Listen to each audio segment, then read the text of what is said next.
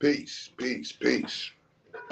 What's really good, my peoples? It's your boy, Sincere Seven, coming to you live and direct from the Psychonaut Academy of Detroit, Detroit edition. You know what I mean? For those of y'all who don't know, we've brought the Florida edition to an end. We had a nice little year run out there. Enjoyed that. That was comforting to my emotional body, my like, oh man, it was just beautiful just being able to be out there and beautiful weather, beautiful scene, just a whole nother environment, for me to get my mentals together or whatnot. Oh man, so yep, that has come to a end and completion, excuse me. And so back in Detroit, baby. You know what I'm saying? So it's been a minute. I haven't been doing a whole lot of lives. We've been doing a lot of restructuring of the companies, the personal, just everything. It's been in review. We had a retrograde not too long ago, so it was perfect timing. So things starting new energy, starting new everything. So you haven't seen me, but I'm here. I'm here. And I got a little shit to talk. You know what I'm saying? Talk to me. I talk back. Talk a little shit. Because I talk that. Some of y'all, I know y'all been missing it. Like, yeah, boy, talking some shit. I'm back. So today I got a dope little, subject, I'll say. Y'all know I like to keep it I don't want to say social media driven, but more culturally driven and more things that go on in our community, things that go on in our lives, things that go on in our own personal, experiences that we can take and open it up and look at it. Take somebody else's situation and open it up and look at it and kind of just, look at it from a different point of view, a different angle, and maybe assist ourselves in working through some challenges within communications with people that, what I'm saying, that we love or that we dealing with, whether it be communications or relationships or jobs, all types.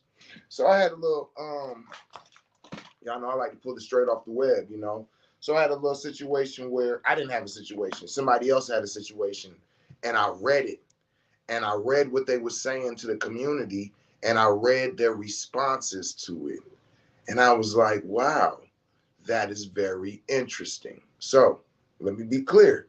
That's my thought. This is interesting. Not, oh, this is fucked up. This person is wrong. This person is out of pot. No, this was interesting because I honestly could see both parts of it.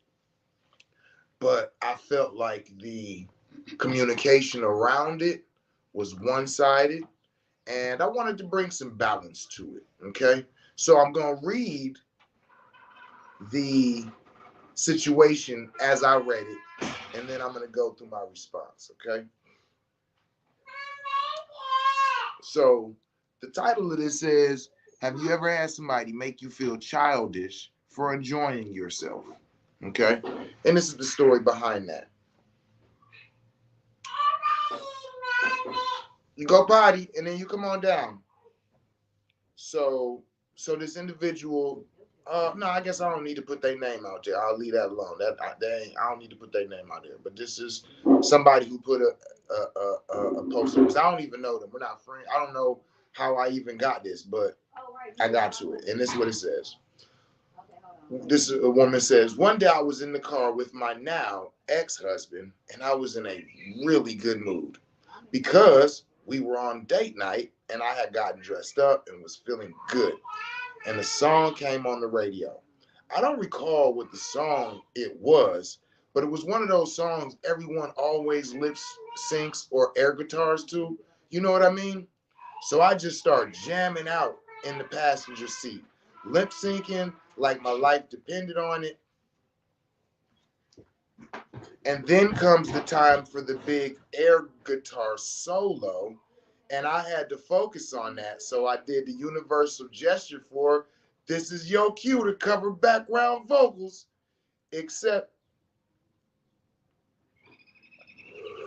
he just kept staring straight ahead with a look of half annoyed, half bored, and it sucked the joy right out of me. So I stopped being silly instantly. and just let the song play out as I looked out the window, feeling stupid. I share this memory because I know you've had a similar experience, or maybe many, when you were just loving life and feeling pure joy, and then someone made you feel dumb or foolish or embarrassing. I want you to know that you deserve to have those moments, and you deserve to take up space. And if someone ever made you feel otherwise, then they were absolutely wrong. I hope you find lots of small splashes of silliness and joy in life. And I hope you have people around you who join in and reveal in the beauty of your happiness. So, let me just say, I understood exactly where she was coming from.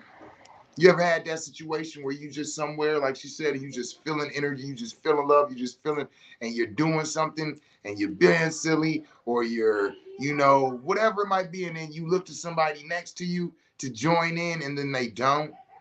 And then you like, right? I get it, right? I get it, right? So I want to say that first and foremost. I understand exactly where she's coming from. I understand the feeling. I understand the sentiment. I understand all of that. My response to that is a little different. This is my response. I understand exactly where she's coming from. And I even slightly sympathize with her feelings until, until. My thing is, some people don't be feeling what you're feeling. Oh, some people don't be feeling what you're feeling. Some people have not tapped into whatever you're tapped into. I think people like this are selfish because they want to shame people for not being like them or for not feeling what you felt. Okay, you want to play air guitar and feel silly. Do that. When you turn to me and signal that now I have to act like you and then get an attitude because I don't join you and then go back to playing your air guitar. Why do happy people always need another person to validate their experiences? I got other shit on my mind and don't feel like playing in your make believe band. Why is that not okay? So that was my response. Okay. So, what I was basically saying, because I'm going to go further than that, what I was basically saying by that is that in that experience, that that person is looking to another person to join in. And so my thing is that person might have other shit on their mind. Now I do understand she did say this is a date night. So to those of you who are like, yo, put that shit down. Okay, maybe he was nervous about the date. Maybe we don't know what it was because that really don't matter. My point in it is that just because somebody doesn't join in with you does not mean that they are taking away your joy. I think that it's putting them in a place of shame to say that. Now, to those of y'all who saying that might not be what's said, let me take you a little bit further. We're going to go back into it because I was responded to when I made that response. She said, sincere, you're reading too much into this. My story was about my spouse, who, of course, was free to do anything he wanted. He could have simply, listen to this, he could have simply communicated, I'm not in the mood, or I just want to be left alone right now, instead of giving me the silent treatment and acting like I was being childish. The reaction described in this post was his daily default. And unfortunately, it had its impact on me over time. This post doesn't apply to everyone. This post was for those who have ever truly felt shamed, judged by someone for simply showing joy. It was meant to be a reminder that we need not feel ashamed for those moments. There is a necessary component of connection in human relationships that is key. Now, my response to that was shamed, in quotes, shamed or judged by someone for simply showing joy.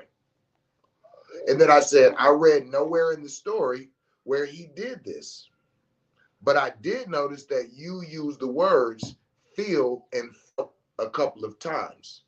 Now, to say it was meant to be a reminder that we need not feel ashamed for those moments is totally fine. I think you're just missing the part where you are judging him for not doing what you decided to do and projected giving me the silent treatment and acting like I was being childish. Did he say that? Did he instruct you to stop jamming out on the air guitar and stop having fun? Stop being happy? Stop enjoying yourself? Or are you saying he was the problem because he didn't come out of his serious mood he was in, come out of his mode of energy or frame of thought? Have you ever considered that because of his own traumas, he was not allowed or maybe do not feel safe having fun? That he possibly doesn't know how to find that energy and enjoy those moments. You might have missed the opportunity to actually teach or reveal fun to someone who doesn't know how to find it. I'm not saying you were wrong. I'm just inviting us to see the other possibilities. I hope you keep that fun nature and love. Peace and good day, beautiful. That was my response.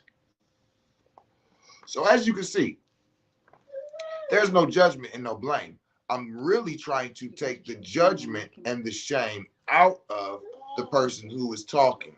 So this is in our psychedelic informed integration coach training with the Condor approach. Two people I speak highly of all the time. Shout out to Tar and shout out to Cole, who are the creators of the Condor approach integration, one of the greatest programs I've ever taken in my life. They have something in there referred to as the oppression trap triangle. And in this talk that we're having, in this discussion that I'm speaking of, in this situation, in this scenario, this woman found herself jumping into the oppression trap triangle. So if I can go on a little bit more to explain, the oppression trap triangle, boom, it's a triangle, just like these right here, just like these right here next to me, a triangle. And up under the bottom, it says villain. And then right here on this angle, it says victor. And right here, it says victim. And when you jump into the triangle, you're choosing one of those roles immediately. Now, let's be clear. You can jump into the oppression trap triangle, or somebody can put you in there or lead you into it. And it's with these key words. So when she said, made me feel, right? Made me feel childish, made me feel silly, gave me the silent treatment. These are what's called projections. Like in court, there is no proof that these things occurred or that this thought process occurred because this was never said. This is what people project in their mind. You felt a certain way, and then you project the idea. And in that idea of projection, you turn this person that you were projecting onto into a villain. You made me feel childish. You stole my joy. So now that you're a villain, what does that make me? A victim. Okay? A victim. Now you are a victim of this individual's joy stealing and hatred and making you feel childish. So accusations of you being childish, so they're diminishing your character. These are all things that you are picking up that this person's doing to you, that you're projecting that this person's doing. Now, when I go into the comment section and I see people going, hell yeah, I know exactly what you mean. I know somebody else used to do that. That's why I'm not with them no more. Hell yeah, that's why they're ex. Hell yeah, people like that, I can't stand. Now, right, they're trying to save you. So they're validating your attack on your opposing force, this villain that is stealing your joy and causing you to be immature. And a lot of times when we communicate, here you go, our feelings instigate these type of projections. Our feelings so we literally feel these things and automatically start to alchemize them and turn them into different things. Some of you do reverse alchemy on yourself. Alchemy is supposed to turn base metals into precious metals. You know what I'm saying? So turn things that are basically, valueless or low value into things of great value. Boom, we do it in reverse. This man never said stop being childish, stop having fun, stop feeling your joy. This man just continued to think about and focus on what he was thinking about and focusing on. You felt because of his response. Think of that type of response. That type of response is like the type of thing that a parent will do, or a boss will do, or somebody over you. And this is where the feeling, like, remember what she said, made me feel childish. That's that feeling, because most people don't ignore people. So all of these things could have been addressed, right? She could have said, "Oh, I feel childish now." And he could have maybe caught it and been like, "Oh, nah, you doing your thing. That's not childish. We have fun. I'm just my mind somewhere else," right? Now, never being addressed, never explained, the projections put out, I'm immediately in the oppression trap triangle. Now I have to stay in the oppression trap triangle until I'm saved or I save myself. What's the danger in that? The danger in that is you are now seeing somebody as an enemy that really had no ill intent. Their mind was just somewhere different. But you made in your mind that they're attacking your character, they're making you into something, they're stealing things from you, your joy, right? All of these things. So now you have to be protected from them, and protection barriers go up. This is what we call an attitude. What's wrong with you? Nothing. You got an attitude? I ain't got no attitude. Like this, like, right? This is something that is possible that a person might experience, in other responses to that. But if we take a look at what we're talking about, which is another way of looking at it, because I know that, like, we started with the story. We started with the understanding of what was going on, and we all can understand it from her point of view. You ever see those movies that they come from? You ever seen Cruella? Oh, lovely movie, lovely movie. 101 Dalmatians is the original or is the original, right? We all know 101 Dalmatians, especially for my generation. I'm 44, right? Back then, Disney was it. Like, you know what I'm saying? Every year something was dropping, and it was like, it didn't matter if it wasn't your hobby or what you was interested in, you still wanted to see the movie. You feel me? So 101 Dalmatians. Then they came out with Cruella, which told the backstory to how Cruella became who she is. Tells the story of the villain. Oh, very interesting. And in that one, there was a villain that was against her, right? Somebody's always your villain, and you always have to go. That is what they call the story of a hero, something like that. There has to be an opposing force. There has to be something that they're doing, and you have to tell your story in a way to make it sound like, okay, that this is so detrimental that you have to save yourself from it. Whether it be the government, whether it be another powerful person, whether it be family, something standing in the way of your love, you know what I'm saying? Something threatening your children, something trying to, all of that. So we have to pay attention to how we approach looking at the situations that we come across. Because you'll turn somebody into a villain, and now either you or somebody else is playing hero, and there's a battle going on that actually never even needed to take place.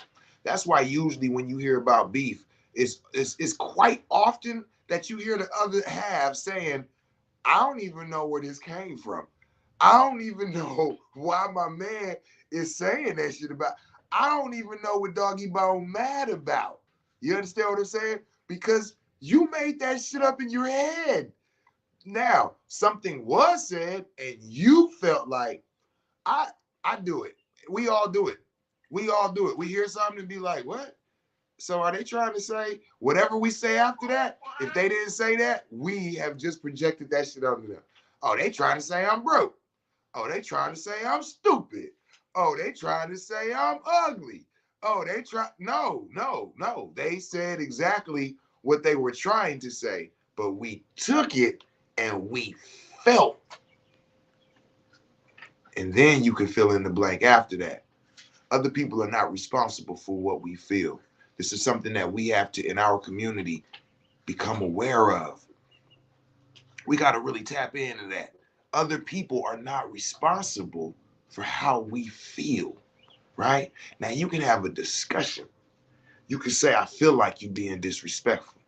And the individual can say one of two things. Oh, no, I ain't mean no disrespect by that. And immediately your guard should be down. Or, I am being disrespectful. Shit, I said what the fuck I said.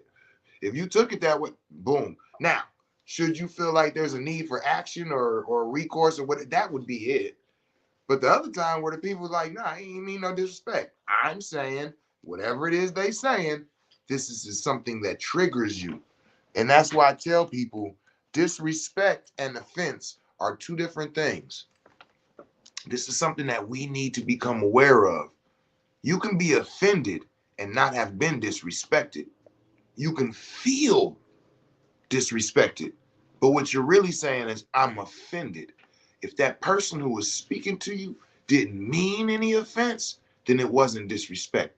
If a person's telling you, no, I'm not being disrespectful, do not say, yes, the fuck you are. Don't do that. That's to me one of the silliest things that can go on in an argument or you get what I'm saying? Because it's like, no, if they're telling you, I'm not meaning to be disrespectful.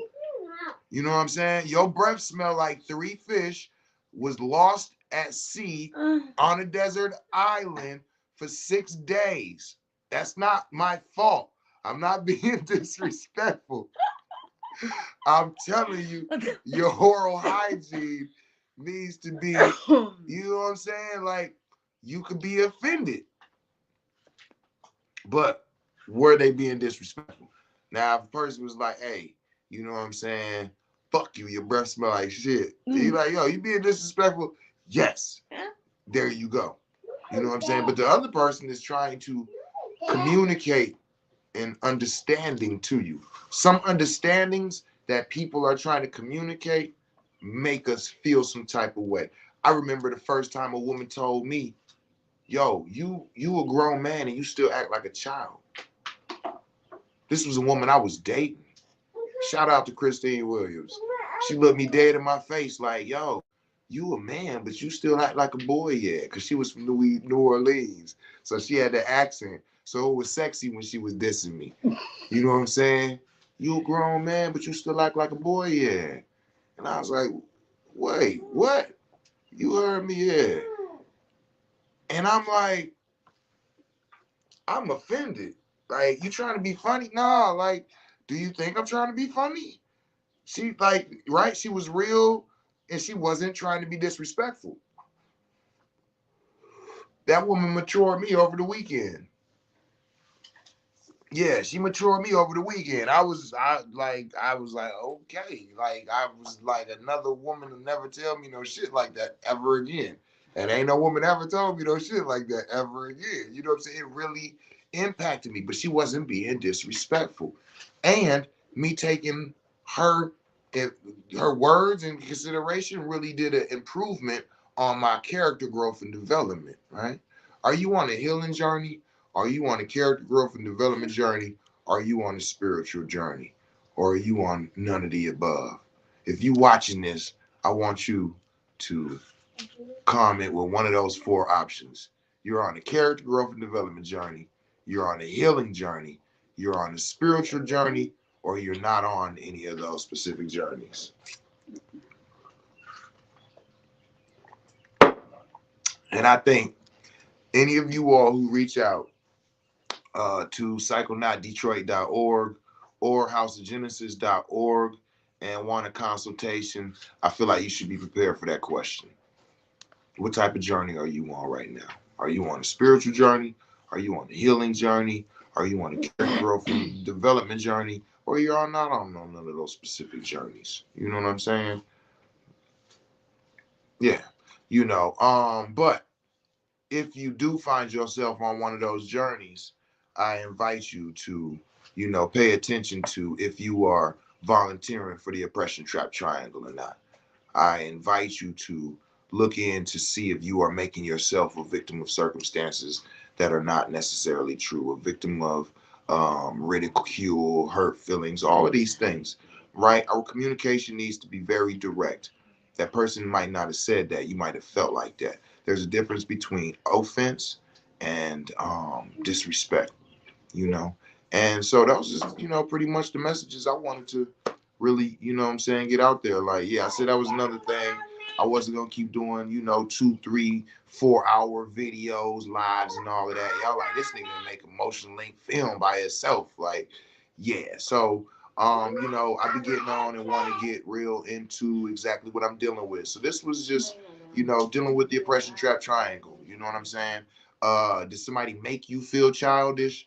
Or was that how you felt because of their actions, which you took to alchemize into a different understanding within your own consciousness, with your own body, your own mindset, your own stomach, you know what I'm saying, your internal self.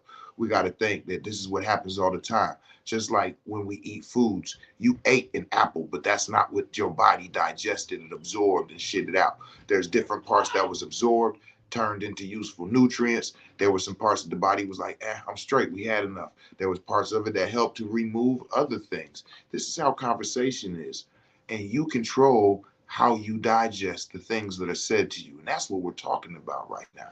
What's your self-digestion process when people are talking to you? Do you hear them and get motivated? Do you hear them and get offended? Do you hear them and get, sad? You know, um, what's the difference or yeah, sad. Sometimes people get sad when people talking to them and they saying certain things to them. Yeah. So everybody, we get all those emotions. You allowed to feel all of them. Yeah. All right. So yeah, man. But yeah, so that's pretty much it. Like I said, that's the message. If you want to get at us, things are still the same as well as they have changed. I invite you to log on to psychonautdetroit.org and sign up for the email list. Jump on to houseofgenesis.org. Man, for real, houseofgenesis.org. Sign up to be on the email list. We'd be giving like half off. Sometimes we throw some free things out there. We starting to do a lot more engagement with, those people on our email list. So I invite y'all to log on to houseofgenesis.org and sign up to get on the email list and take a look at the offers and services we have. If you want some coaching, you need to go through some spiritual work, you need to get some education going, some continued education in your field of study, should it be in theogens and psychedelics. Maybe as a practitioner, you want to add on some other things. We do quite a few different things. So just get a consultation with us. We'll talk about it, But other than that, man, I just wanted to tap in and kick it with y'all because I missed y'all, man. I ain't kicked with y'all in a minute. And that live sparked me. When I read it, I was just like, yo, she need to know about the oppression trap triangle. That'll help her out immensely. But love and light, man. Discipline and ritual, man. Love and light, but also discipline and ritual. Get involved. If you don't know how to get involved, get in touch and we'll show you how to get involved, baby. It's your boy. Tell somebody you love them in a language you can understand. They can understand it in. Peace.